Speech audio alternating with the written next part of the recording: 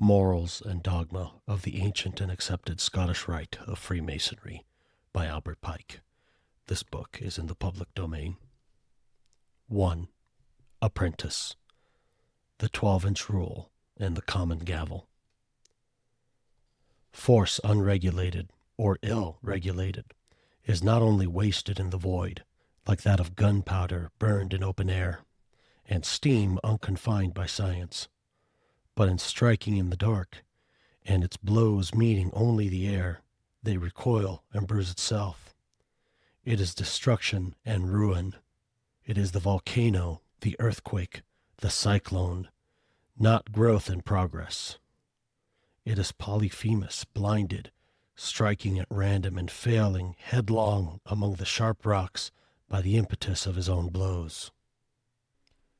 The blind force of the people is a force that must be economized and also managed, as the blind force of steam, lifting the ponderous iron arms and turning the large wheels, is made to bore and rifle the cannon and to weave the most delicate lace.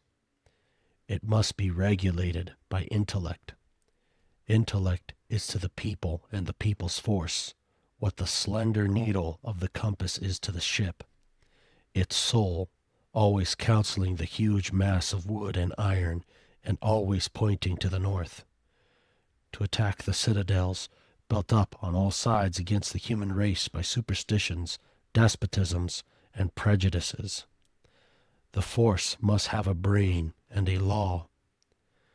Then its deeds of daring produce permanent results, and there is real progress.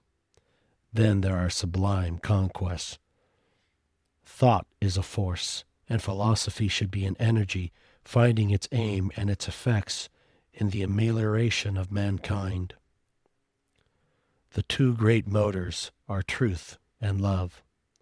When all these forces are combined and guided by the intellect, and regulated by the rule of right and justice, and of combined systematic movement and effort, the great revolution prepared for by the ages will begin to march. The power of the deity himself is in equilibrium with his wisdom. Hence the only results are harmony. It is because force is ill-regulated that revolutions prove failures. Therefore it is that so often insurrections, coming from those high mountains that domineer over the moral horizon, justice, wisdom, reason, right, built of the purest snow of the ideal, after long fall from rock to rock, after having reflected the sky in their transparency, and been swollen up by 100 affluents in the majestic path of triumph, suddenly lose themselves in quagmires, like a California river in the sands. The onward march of the human race requires that the heights around it should blaze with noble and enduring lessons of courage. Deeds of daring dazzle history, and form one class of the guiding lights of man. They are the stars, and the coruscations from that great sea of electricity, the force inherent in the people. To strive, to brave all risk, to perish, to persevere, to be true to oneself, to grapple body to body with destiny, to surprise defeat by the little terror it inspires, now to confront unrighteous power, now to defy intoxicated triumph. These are the examples that the nations need and the light that electrifies them. There are immense forces in the great caverns of evil beneath society. In the hideous degradation, squalor, wretchedness, and destitution, vices, and crime that reek and simmer in the darkness, in that populace below the people of great cities. There disinterestedness vanishes. Everyone howls, searches, gropes, and gnaws for himself. Ideas are ignored, and of progress there is no thought. This populace has two mothers, both of them stepmothers, ignorance and misery. Want is their only guide. For the appetite alone they crave satisfaction, yet even these may be employed. The lowly sand we trample on, cast into the furnace, melted, purified by fire, may become resplendent crystal. They have the brute force of the hammer, but their blows help on the great cause when struck within the lines traced by the rule held by wisdom and discretion. Yet it is the very force of the people, this titanic power of the giants, that builds the fortifications of tyrants and is embodied in their armies. Hence the possibility of such tyrannies as those of which it has been said that Rome smells worse under Vitellius than under Sulla. Under Claudius and under Domitian there is a deformity of baseness corresponding to the ugliness of the tyranny.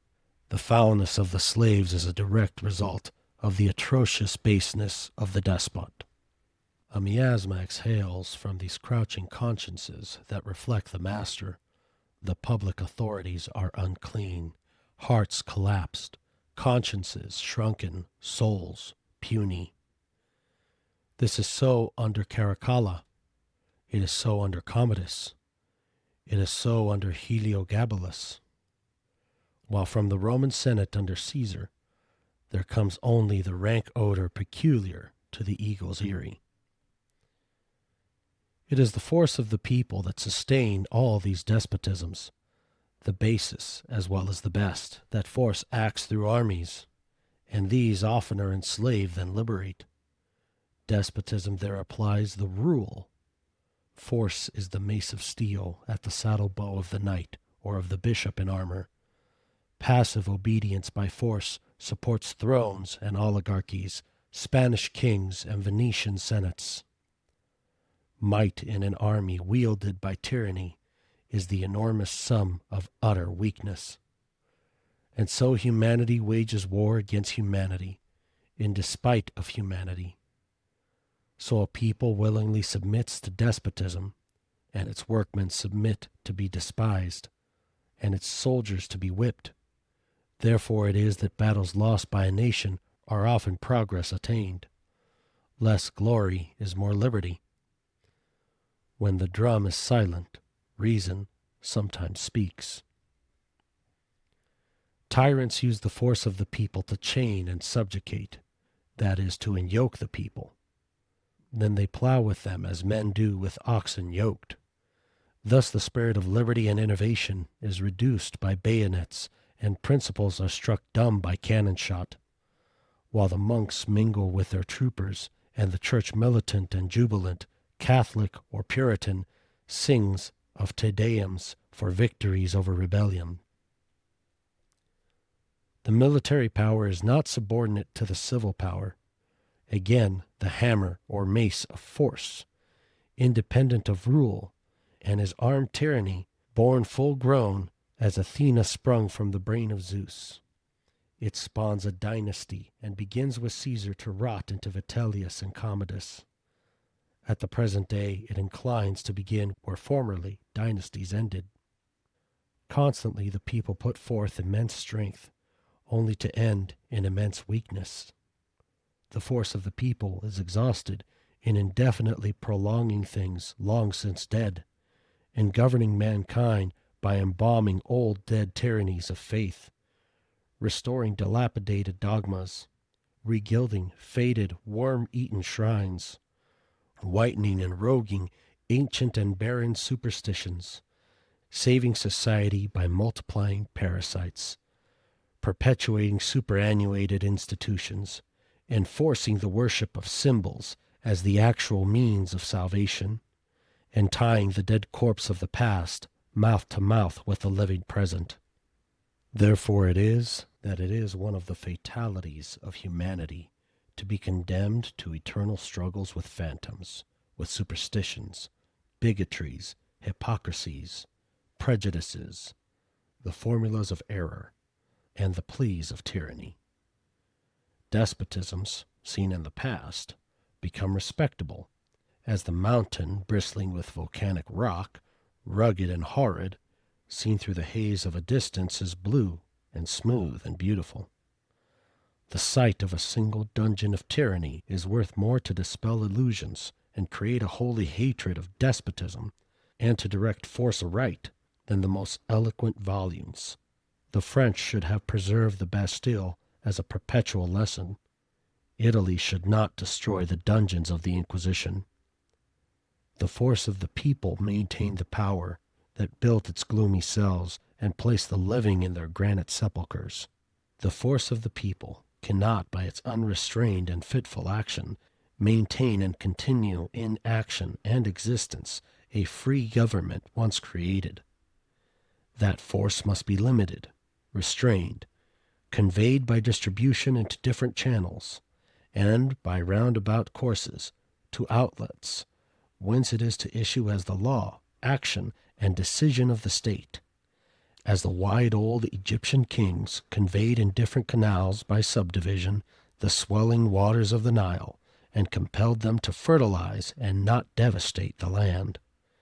There must be jus et norma, the law and rule, or gauge, of constitution and law, within which the public force must act.